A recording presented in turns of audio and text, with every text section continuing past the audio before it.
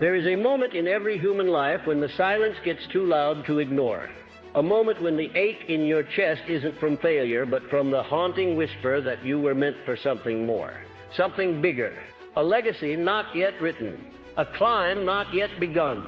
And in that stillness between breaths, between bills, between doubts, you realize you've been drifting, surviving, reacting, waiting for some miracle to pull you up. But no miracle is coming. Not because you're unworthy, but because the miracle is you. You are the storm, the spark, the system. No one begins at the peak. Every empire began as an idea. Every icon as a nobody. Lincoln was born in a log cabin. Carnegie worked for one potty a week. Oprah was told she didn't belong on TV. Edison was called addled by his teachers. These weren't chosen ones, they were forged. In silence, in suffering, in belief. And that's where we begin. Not at the top of the mountain, but face down in the dust. Because that's where power is born. Not in comfort, but in the decision to rise. Step one is not strategy. It's not tactics. It's not even action. Step one is belief. Because if the world doesn't believe in you and you don't either, then there is no fight. No fire. You've lost before the game begins. But belief is not wishful thinking. Belief is muscle. It is repetition. It is the defiance to hold your vision even when everyone around you calls it delusion. Think of Walt Disney, fired from a newspaper for lacking imagination, bankrupt, rejected by dozens of investors. One man with one mouse and a dream so potent it built an empire. That wasn't talent. That was unshakable belief. Your success begins when your belief becomes non-negotiable. When you stop asking the world for permission and start declaring your place in it. When your self-concept evolves from victim to creator. But belief alone is not enough. You must decide what you're aiming at. You cannot hit a target you can't see. Vague desires create vague outcomes. I want more money. I want to be successful. I want to be happy. What does that even mean? How will you know when you've arrived? Clarity is power.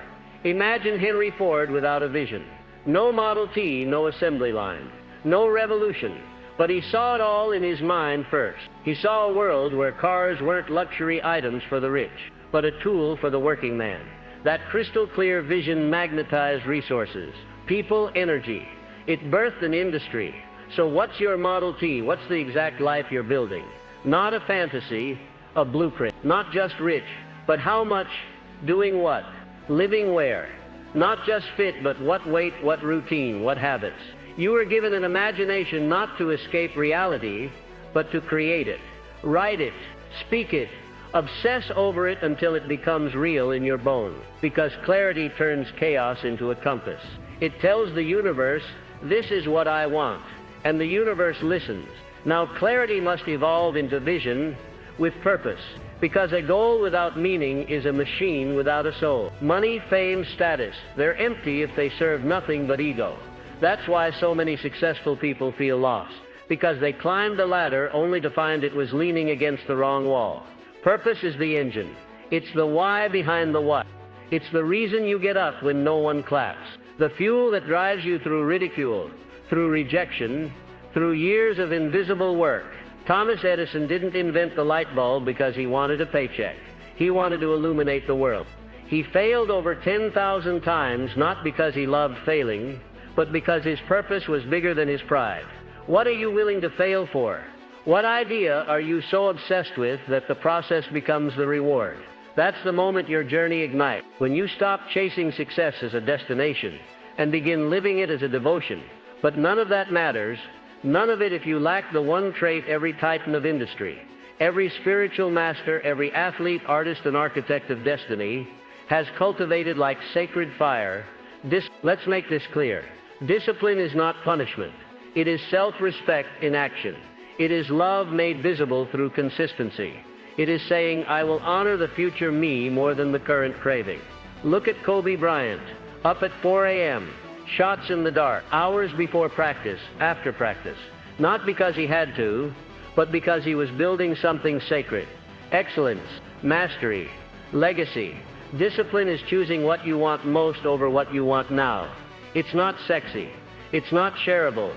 It's not always inspiring, but it's the quiet repetition of your values in the gym, in your journal, in the hours no one sees, that separates average from unstoppable. The undisciplined rely on motivation. The unstoppable build systems, routines, habit, because when it's pouring rain and the world feels heavy and nothing is working, you don't rise by chance. You rise by ritual. You rise because your standard is wired into your bones. But even with belief, clarity, purpose, and discipline, you will hit walls. Doubt will creep in. Failure will knock. People will quit on you. Life will test you. That's when the next step comes alive. Action. Ruthless, imperfect, relentless action. You can't think your way to success. You must move. The Wright brothers weren't certified engineers. They were bicycle mechanics, and they failed over and over. But while better funded teams made plans and charts and models, the Wright brothers flew. Why? Because they took more shots, more iterations, more failure faster. Speed beats perfection. Motion beats meditation. Momentum is your greatest ally. You can fix a bad idea. You can't fix stagnation. Waiting for the perfect time is the greatest lie success has ever known. There is no perfect time. There is only now. Do one thing today that scares you.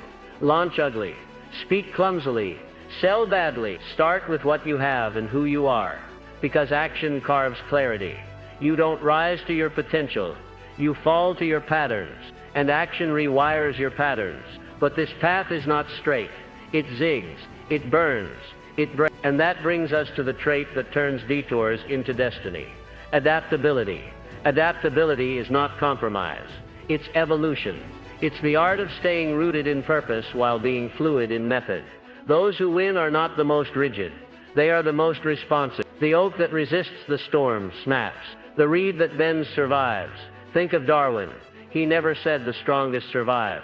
He said the most adaptable to change do. And he was right, because life is not a straight road. It's a winding climb through weather you never saw coming. Plans will fail. Markets will shift.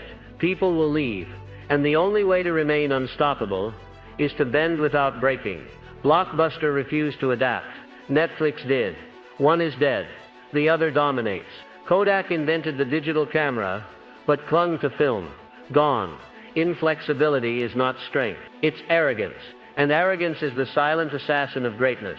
But adaptability is not just external. It's internal. It's learning to let go of the identity that no longer serves you. It's shedding old versions of yourself, like a snake discards its skin. Who you were is not who you must be. You may have been lazy, undisciplined, scattered, afraid, but that is not destiny. It's history. And history bows to the man or woman who chooses reinvention over regret. Adaptability whispers, this didn't go as planned. Now who will you become because of it? You either evolve or dissolve. But even the adaptable will be tested, because growth is never linear. And life has one more trial for those daring enough to climb. Resilience. The ability to get punched in the soul and keep going. To watch your dream burn and still gather the ashes in your hands and begin again. Resilience is not about how hard you hit. It's about how hard you can get hit. And keep showing up. Read the biographies. Watch the documentaries. Behind every legend is a graveyard of failed attempts. Stephen King's first novel, rejected 30 times. He threw it in the trash.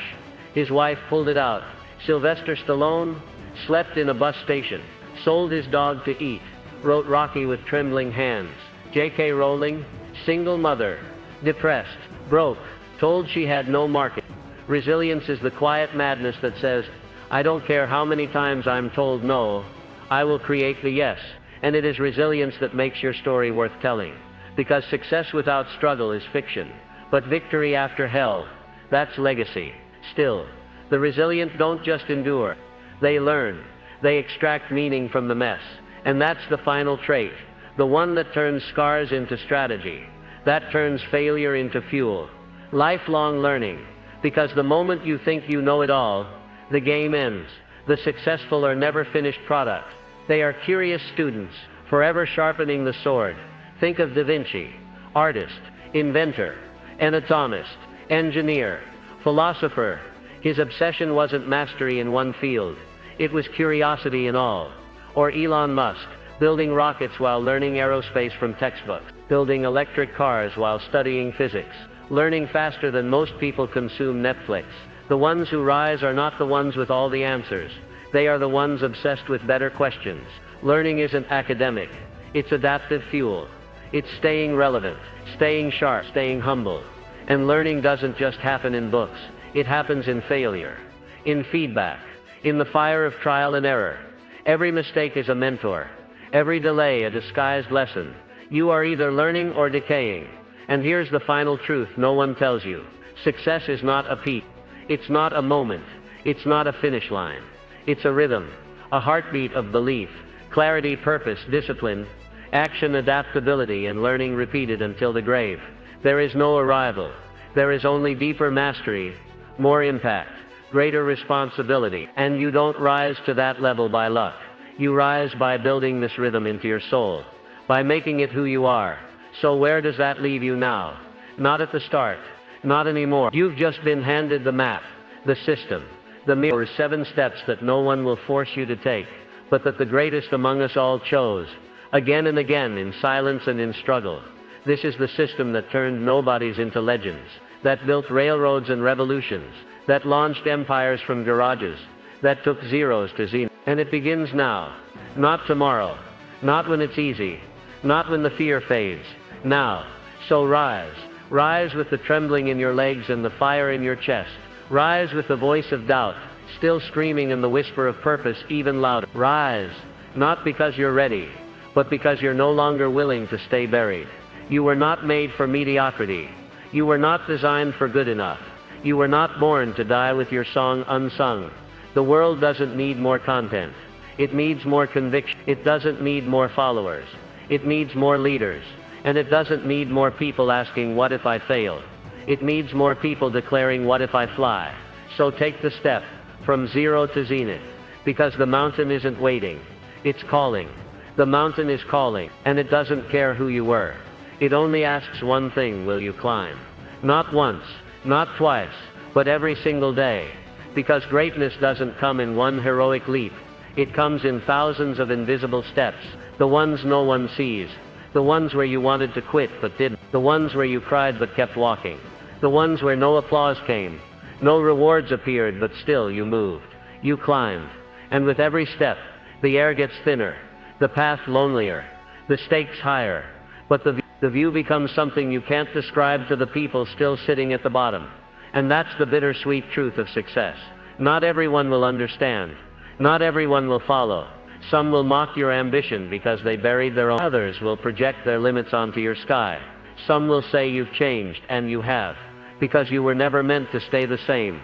Growth is evolution, and evolution makes people uncomfortable.